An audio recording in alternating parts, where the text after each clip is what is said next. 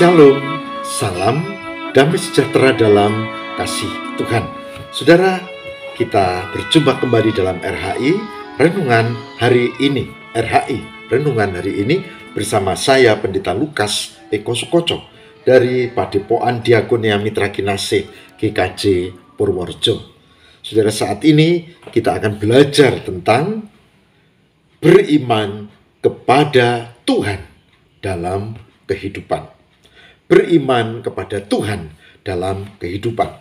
Saudara, tema ini penting sebab kita tinggal di masyarakat yang mayoritas tidak beriman kepada Tuhan Yesus dan mereka punya banyak konsep. Kadang-kadang kita dipengaruhi oleh konsep itu. Contoh, yang namanya beriman di dalam konsep iman Kristen itu pasti kepada Tuhan. Beriman tidak kepada malaikat, beriman tidak kepada nabi, beriman tidak kepada rasul, beriman hanya kepada Tuhan. Nah, itu saudara.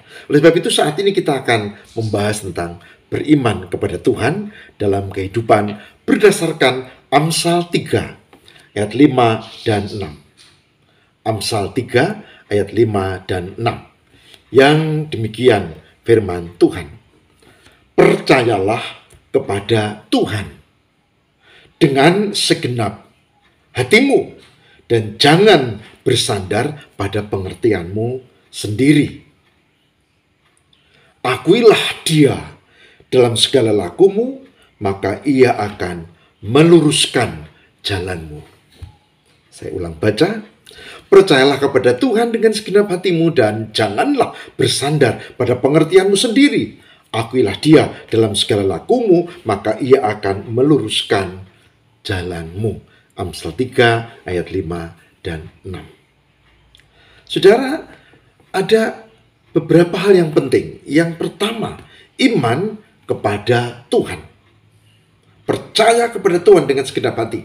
Iman kepada Tuhan. Sekali lagi, tidak kepada malaikat, tidak kepada nabi, tidak kepada rasul, tapi kepada Tuhan. Iman yang benar hanya kepada Tuhan. Oleh sebab itu, pertanyaannya kepada siapa Bapak Ibu Saudara beriman? Saya kepada Tuhan, Yehuwah, di dalam Yesus Kristus, Mesias atau Isa Al-Masih. 2. Lalu, dengan segenap hatimu dan jangan bersandar pada pengertianmu sendiri. Karena apa? Karena banyak pengajaran itu tidak bertumpu pada firman Tuhan, tapi pada pengertian. Dan hari ini kita diingatkan supaya kita tetap fokus kepada Tuhan, bukan pada pengertian. Itu poin kedua. Kenapa? Kita bisa belajar, tapi kita harus melihat firman Tuhan dan bukan yang lain.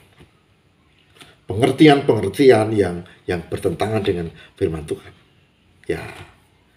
Saudara, yang terakhir, yang penting adalah akuilah Dia dalam segala lakumu, maka Ia akan meluruskan jalanmu. Akui dalam segala lakumu berarti mulai dari hati, pikiran, perkataan, dan perbuatan. Jadi iman itu bukan berhenti pada ritual. Ada orang yang sudah merasa beriman kalau dia sudah doa sekian kali seminggu atau sehari. Tidak, saudara. Iman itu tidak sekedar ritual. Iman itu diakui dalam segenap kehidupan, dari hati, dari pikiran, dari perkataan, dan dari perbuatan. Meskipun kita membuat ritual-ritual, tapi kalau yang kita ucapkan yang kotor-kotor, yang kita pikirkan yang jahat-jahat, yang kita lakukan bertentangan dengan hukum, itu tidak ada gunanya. Oleh sebab itu, mari saya ajak kita beriman hanya kepada Tuhan, tidak pada pengertian sendiri. Mari kita fokus pada Dia dan melakukan dalam kehidupan.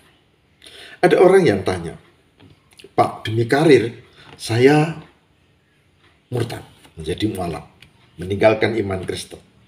Saya mengatakan, persoalannya bukan soal agama, tapi begitu kamu meninggalkan iman Kristen, kamu meninggalkan Tuhan, meninggalkan juru selamat. Itu masalahnya, bukan sekedar agama. Lalu bagaimana? Terserah.